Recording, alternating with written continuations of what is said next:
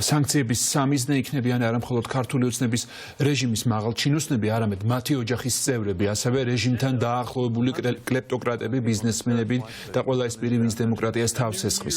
განცხადებას კონგრესმენი ჯო ვილსონი აკეთებს და ანონსებს, რომ უკვე 3 იანვარს ახალი მოწვევის კონგრესის წინაშე ხელახლა იქნება დარეგისტრირებული საქართველოს მეგობარი აქტი.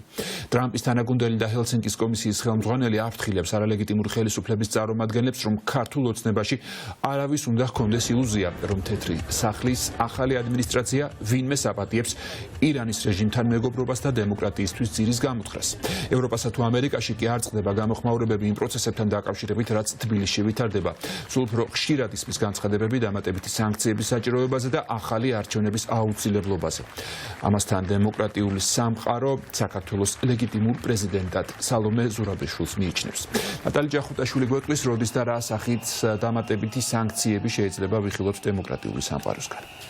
დემოკრატიული სამყარო ყოველდღიურ რეჟიმში განიხილავს იმ შემდგომ ნაბიჯებს, რაც გადაიდგმება ქართული ოცნების ანტიდასავლური პოლიტიკის შესაჩერებლად. ახლა მაგიდაზე დევს აბსოლუტურად ყველა ვარიანტი და სავარაუდოდ უახლოეს მომავალში ჩვენ უფრო ხისტ ზომებს უნდა ველოდოთ დასავლელი პარტნიორებისგან, მათ შორის დიდი ალბათობით კონკრეტულ ქმედით ნაბიჯებს გადადგამს ამერიკის შეერთებული შტატებიც და პრინციპში ჰელსინკის კომისიის თავმჯდომარე ჯო ვილსონი ანონსებს, რომ ვაშინგტონის მიერ დასანქცირდებიან ასევე ქართული ოცნების მაღალჩინოსნების ნათესავებიც, იმ კორუმპირებული ქართველების ახლობლები და ოჯახის წევრები, რომლებიც თავს ესხმიან თავისუფლებას, რადგან ჯო ვილსონს რესპუბლიკელ კონგრესმენს მიაჩნია, რომ ამერიკის შეერთებულ შტატებში არ უნდა ცხოვრობდნენ თავისუფლად და ტკბილად ეს ადამიანები, რადგან ამერიკის შეერთებული შტატებია სწორედ თავისუფალი სახელმწიფო და ის ქვეყანა, რომელიც იცავს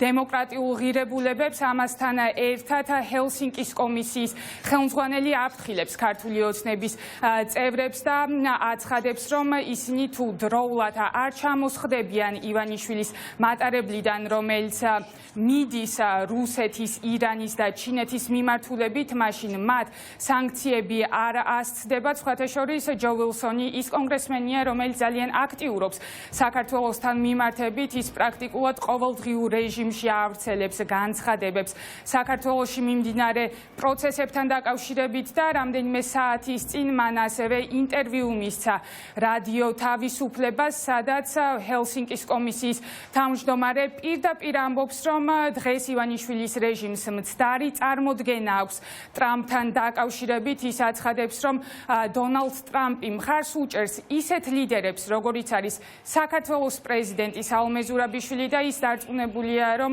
როგორც კი შეუდგება ოფიციალურად საქმიანობას დონალდ ტრამპი, ის გააგრძელებს სანქციების დაწესებას თეირანის რეჟიმის წინააღმდეგ და ასევე არის დარწმუნებული, რომ სანქციები დაუწესდებათ იმ მაღალჩინოსნებსაც და სხვა ქვეყნის იმ წარმომადგენლებსაც, რომლებიც თანამშრომლობენ დღეს ირანთან. ალბათ საზოგადოებას ძალიან კარგად ახსოვს ირანში ჩასული ირაკლი კობახიძე, რომელმაც ფოტო გადაიღო ჰეზბოლას და ჰამასის ლიდერებთან ერთად. მოკლედ საკმაოდ მწვავე არის თავის განცხადებებში რესპუბლიკელი კონგრესმენი ჯო ვილსონი და ასევე სხვა ქვეყნებიც ძალიან აქტიურობენ საქართველოსთან მიმართებით. მაგალითად, ცოტა ხნის წინ პლატფორმა X-ზე თბილისში მიმდინარე პროცესებს გამოეხმაურა საფრანგეთის სახელმწიფო მდივანი კლემან ბონი, რომელიც ღიად უცხადებს მხარდაჭერას საქართველოს პრეზიდენტს სალომე ზურაბიშვილს და ის ამბობს, რომ ეს სახე განასახიერებს გამბედაობას პოლიტიკაში. საქართველოს პრეზიდენტი სალომე ზურაბიშვილი იბრძვის თავისი ხალხისთვის. ასეთია საფრანგეთის სახელმწიფო მდივნის პოზიცია და ასევე თბილისში განვითარებული მოვლენების გამო შეშფოთებას გამოთქვამს ჩეხეთის საგარეო საქმეთა მინისტრიც. მათ ქართული ოცნების წევრებს ყოველდღიურად მცდარი წარმოდგენები აქვთ დონალდ ტრამპზე. ის თავისუფლებისა და დემოკრატიის მხარდამჭერია და მხარს უჭერს ისეთ ლიდერებს, როგორიცაა პრეზიდენტი ზურაბიშვილი, რომელიც ომის დამნაშავე პუტინის წინააღმდეგ იმაღლებს ხმას. მართალია ტრამპი მოლაპარაკების მომხრეა, მაგრამ როცა ხედავს, რომ შეთანხმება ვერ შედგება, გადამწყვეტად მოქმედებს. დარწმუნებული ვარ ასევე, რომ სანქციებიც გაგრძელდება იმ ინდივიდების წინააღმდეგ, ვინც საქართველოში დემოკრატიას ძირს უთხრის. პრეზიდენტი ტრამპი არასოდეს ერიდებოდა სანქციების გამოყენება დაწესებას. ფიქრობ, როგორც კი დაბრუნდება განაახლებს სანქციებს თეირანის რეჟიმზე. უფრო მეტიც ვფიქრობ, რომ ის დააწესებს მეორად სანქციებსაც იმ ქვეყნებზე, რომლებიც თეირანთან თანამშრომლობენ, რადგან ამ რეჟიმმა ღიად გამოაცხადა ომი დონალდ ტრამპის წინააღმდეგ. დარწმუნებული ვარ, ის ამას უპასუხოდ არ დატოვებს. ამერიკა სანქციებს დააკისრებს და ჩვენი ქვეყნიდან გააძევებს ყველა იმ კრიმინალის ნათესავს, რომლებიც თავისუფლებას ესხმიან თავს. ივანიშვილი და მისი გარემოცვა. კორუმპირებული შვილები და ნათესავები ვერ დატკბებიან ცხოვრებით ჩვენს დიდებულ ქვეყანაში. მაშინ, როდესაც მათი მამები და ბიძები თაღლითობენ, კლავენ და იპარავენ. ჩვენ უნდა დავაყენოთ ამერიკა პირველ ადგილზე.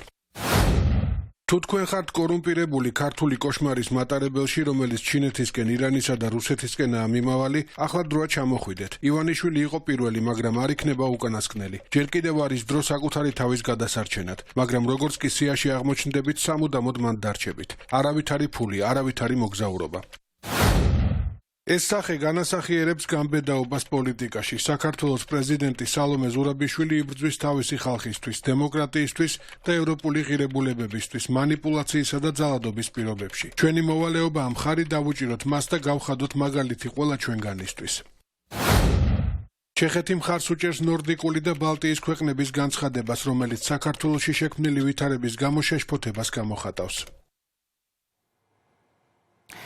სალომე ზურაბიშვილი მადლობას უხდის მხარდაჭერისთვის დასავლელ მოკავშირეებს, ასევე პრეზიდენტი გამოეხმაურა სენატორ ჯინ შახინის განცხადებას, რომელმაც განაცხადა, რომ ვაშინგტონი დგას ქართველი ხალხის გვერდით და იმ განცხადებაში საუბარი იყო იმაზე, რომ ქართული საზოგადოება იბრძვის ევროპული მომავლის დასაცავად, რაც ძალიან დადებითად იყო შეფასებული სენატორის მხრიდან და სალომე ზურაბიშვილი წერს, რომ ჩვენ ამ მიზანს მივაღწევთ და მას თავისუფალი და სამართლიანი არჩევნების გზით მივაღწევთო.